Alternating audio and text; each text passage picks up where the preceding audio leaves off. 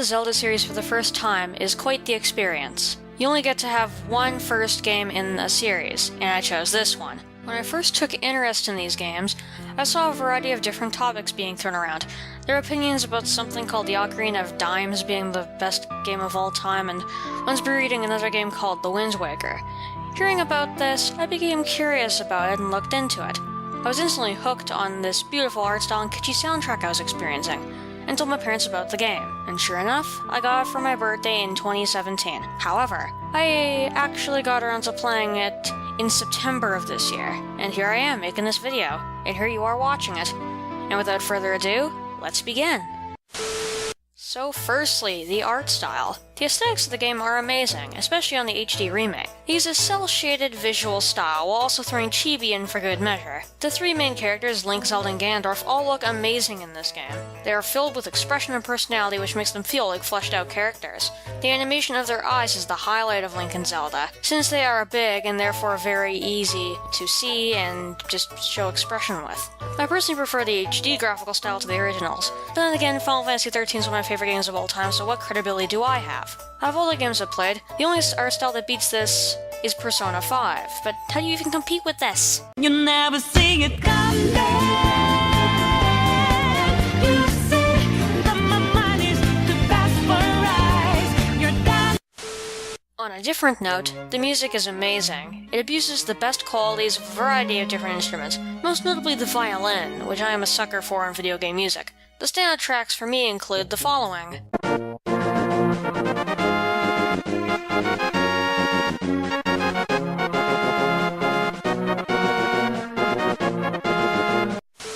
The basic plot of this game is very simple and easy to follow. Toon Link's birthday is here, and he is given the green garb of a legendary hero.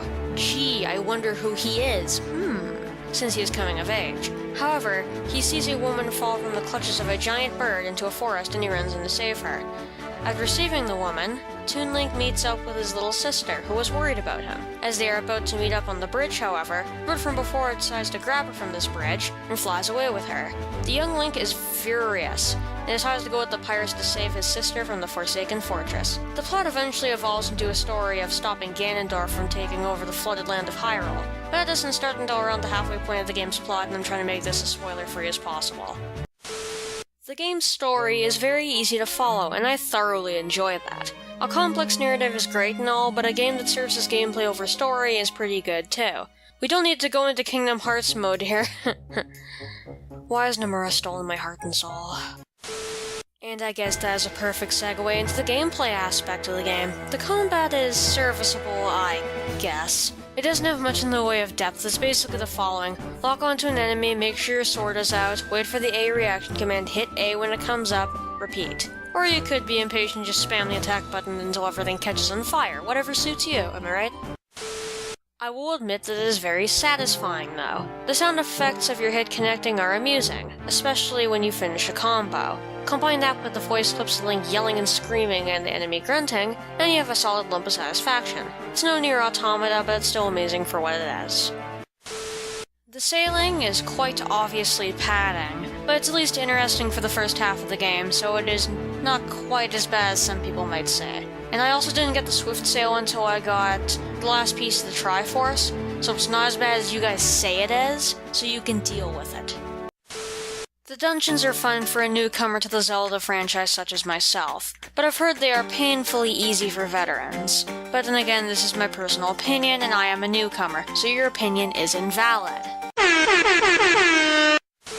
The puzzles and level design are probably the main reason why the dungeons aren't as good for veterans, but I had some difficulty with a select few of them, particularly the final mirror puzzle in the Earth Temple. And if you want to know the dungeons I liked and hated, here you go.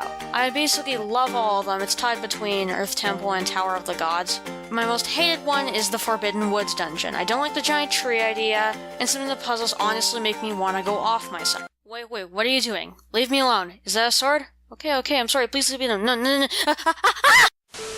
So, I'd say the game is very, very good. It has its own fair share of failures, but has succeeded in a lot of other different areas, an overwhelming majority of areas.